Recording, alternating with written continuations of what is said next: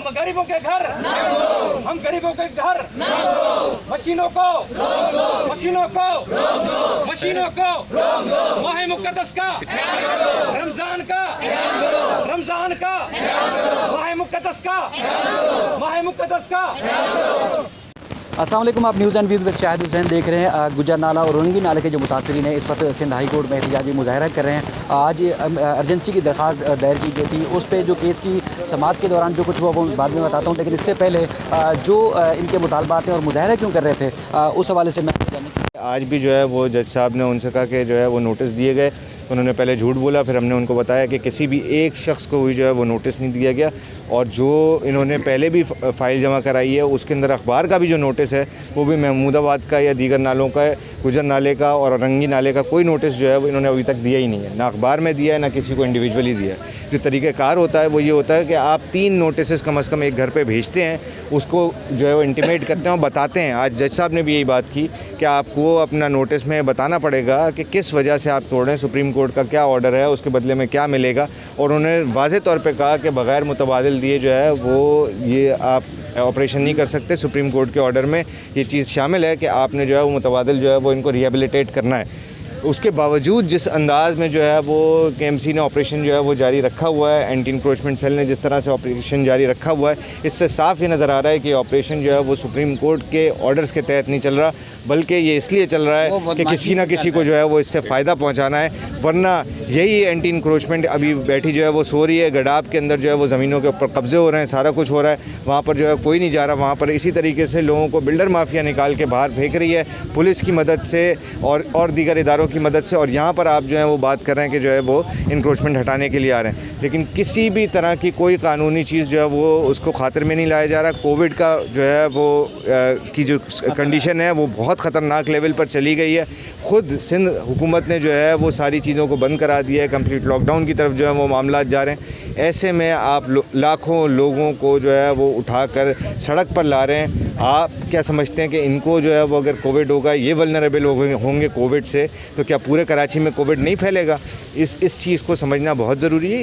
इस वक्त इस तरह के ऑपरेशंस को फौरी तौर पर बंद करना चाहिए, और आगे भी ऐसे ऑपरेशंस के लिए यही तरीका अपनाना चाहिए कि पहले मुतबादिल का इंतज़ाम किया जाए और फिर ऑपरेशन जो है वो शुरू किया जाए। ठीक है। अल्ताफ़ साहब, आपने भी केस अंदर सुना, वकील की तरफ से तो ये भी कहना था जो मुतासरीन की कि कोरोना वबा की वजह से एक तरफ से लॉकडाउन लगा हुआ है, दूसरा लोगों को बेघर किया जा रहा है, और उसके बाद फिर अदालत की ऑब्जर्वेशन क्या सुनी आपने? देखिए, अब अदालत की ऑब्जर्वेशन क्लियर ये है कि वो अदालत ये समझती है, और ये है भी ऐसा भी लॉ में भी, कि सुप्रीम कोर्ट का ऑर्डर है तो हाई कोर्ट कैसे उसको मॉडिफाई कर सकते हैं, क्या कह सकता है। बेसिकली जो गवर्नमेंट डिपार्टमेंट्स हैं, जो हमारे DAG AG साहब होते हैं, वो टोटल मिस इंटरप्रेट करके अदालत को जो है ना वो इस तरीके से कहते हैं जी सर सुप्रीम कोर्ट का ऑर्डर है, ये वो है। थोड़ा सा अदालत को समझना चाहिए। जैसे और भी स्टेज हुए हैं, तो अभी अदालत ने हमें स्टे तो नहीं दिया, लेकिन ये कहा है कि वो एज़ पर लॉ जो कहता है, जो सुप्रीम कोर्ट का ऑर्डर है, उस हिसाब से इम्प्लीमेंट करें।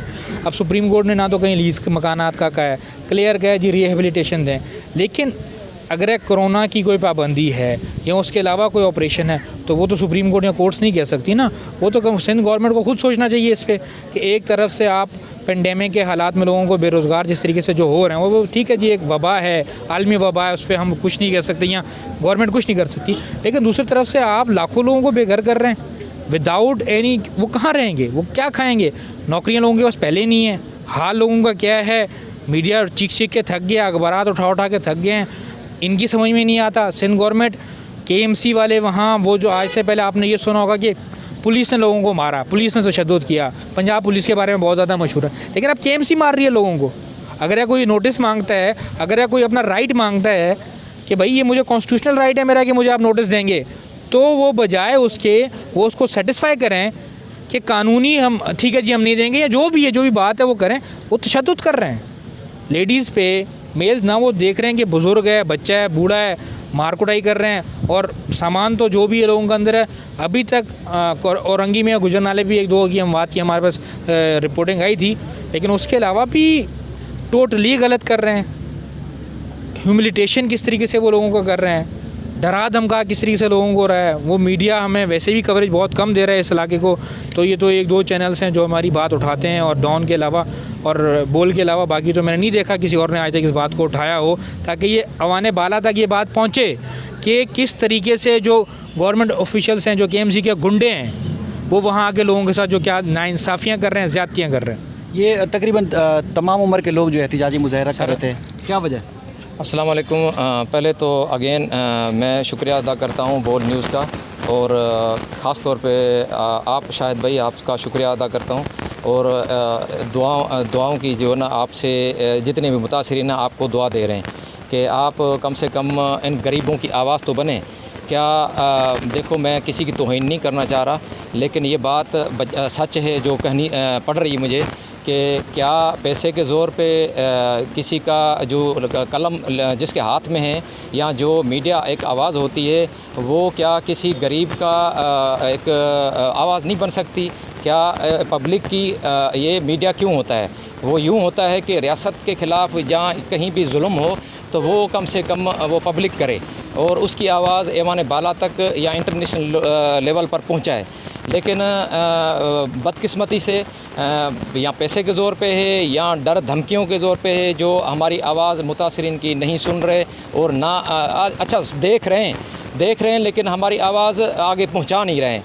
और इनको नज़र भी आ रहा है कि बहुत बड़ा जुल्म हो रहा है, लेकिन उस जुल्म को आगे शेयर नहीं कर रहे। तो इस लिहाज से आपको अप्रिशिएट हम करते हैं दिल की गहराइयों से। और दूसरी कानूनन बात मैं करना चाहूँगा, कानूनन ये बात है कि क्या कानून सिर्फ़ हमारे लिए है जो हम गरीब लोग हैं जो नाले के इतराफ़ में रहते हैं? क्या इसलिए हमें जो है ना डराया धमकाया जा रहा है कि हम गरीब हैं? और ये बहुत मैं कह रहा हूँ कि ये बहुत ख़तरनाक बात है कि हमारी रियासत के अंदर एक गरीब को, एक मज़दूर को ही घसीटा जाता है, मज़दूर को ही जो है ना जुल्म का निशाना बनाया जाता है। अभी आप देखें कि जब लीज़ मकान आते हैं, कानूनी तौर पे हैं, फ़ाइलें दी हुई हैं, तो मेरे भाई फिर वो इदारे बंद कर दें आप।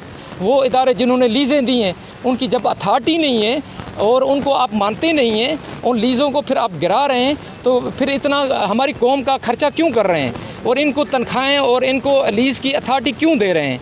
अगर आपने उनको अथॉरिटी दी है तो काइंडली उसको एक्सेप्ट करें और इंटरनेशनल ये लीज़ का कानून होता है उसको फॉलो करें। कम से कम इन गरीबों को जो है मुतबादिल दें।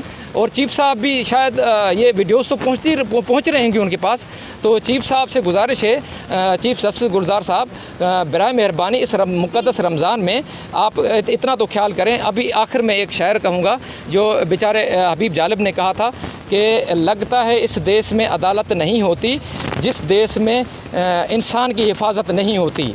और मुश्किल में जब पड़ी हो मखलूक खुदा और सजदे में पड़े रहना ये इबादत नहीं होती।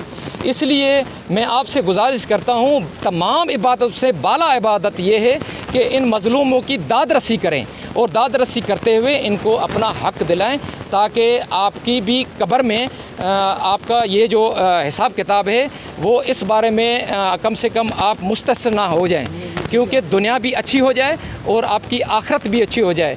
क्योंकि हम ये जो गरीब लोग हैं इनकी अगर आपने इनके फेवर में दे दिया आर्डर, तो ये आपको कब्र के अजाब से भी बचाएंगे और अपने इनके जो मज़लूम हैं और यतीम बच्चे हैं वो भी आपको दुआ करेंगे। और इन दुआओं की तुफ़ैल हो सकता है आपको बहुत बड़ी जो है ना पावरफुल और मकसद जो है ना इस दुनिया में कोई चेयर मिल जाए। इससे बड़ी तो कोई चेयर है नहीं, लेकिन यह बराए मेहरबानी आप इनकी दाद रसी करें। मैं यही करूँगा कि दाद रसी करेंगे तो अल्लाह ताला आपको इसका अजर देगा।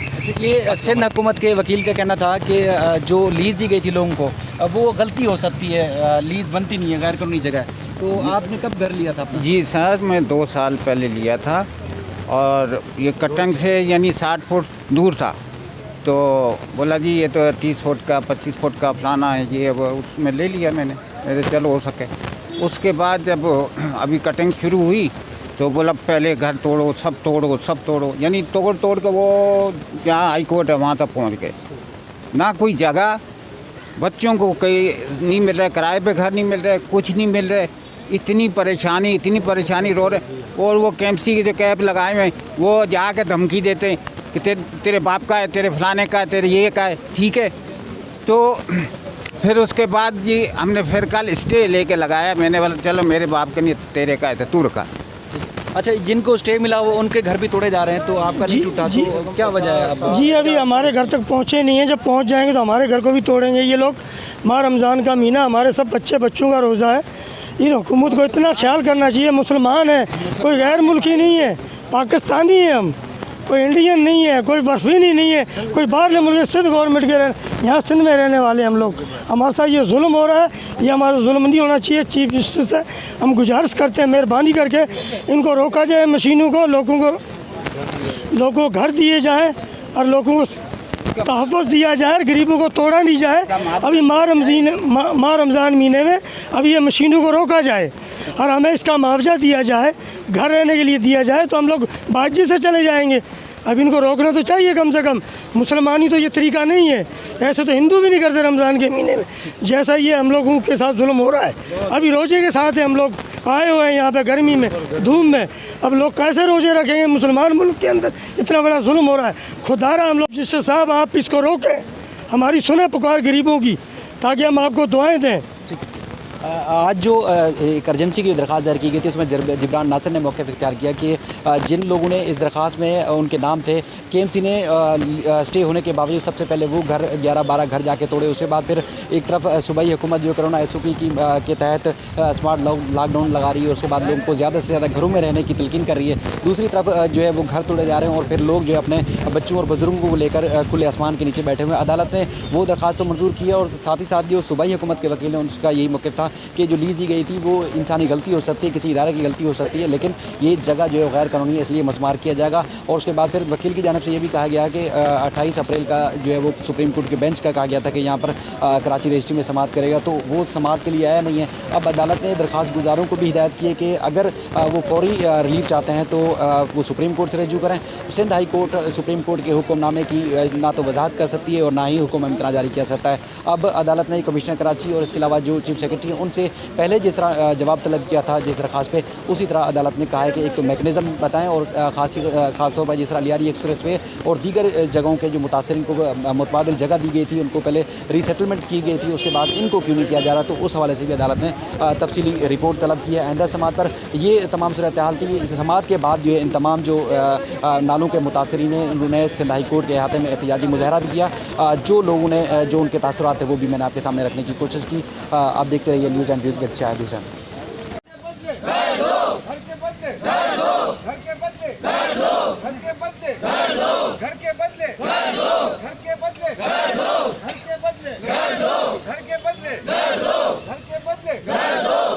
रमजान का ख्याल करो, रमजान का माह मुक़द्दस का मुसलमानों का कोविड का माह मुक़द्दस का SOP पे अमल करो, SOP पर मशीनों को रोक दो, हम गरीबों को घर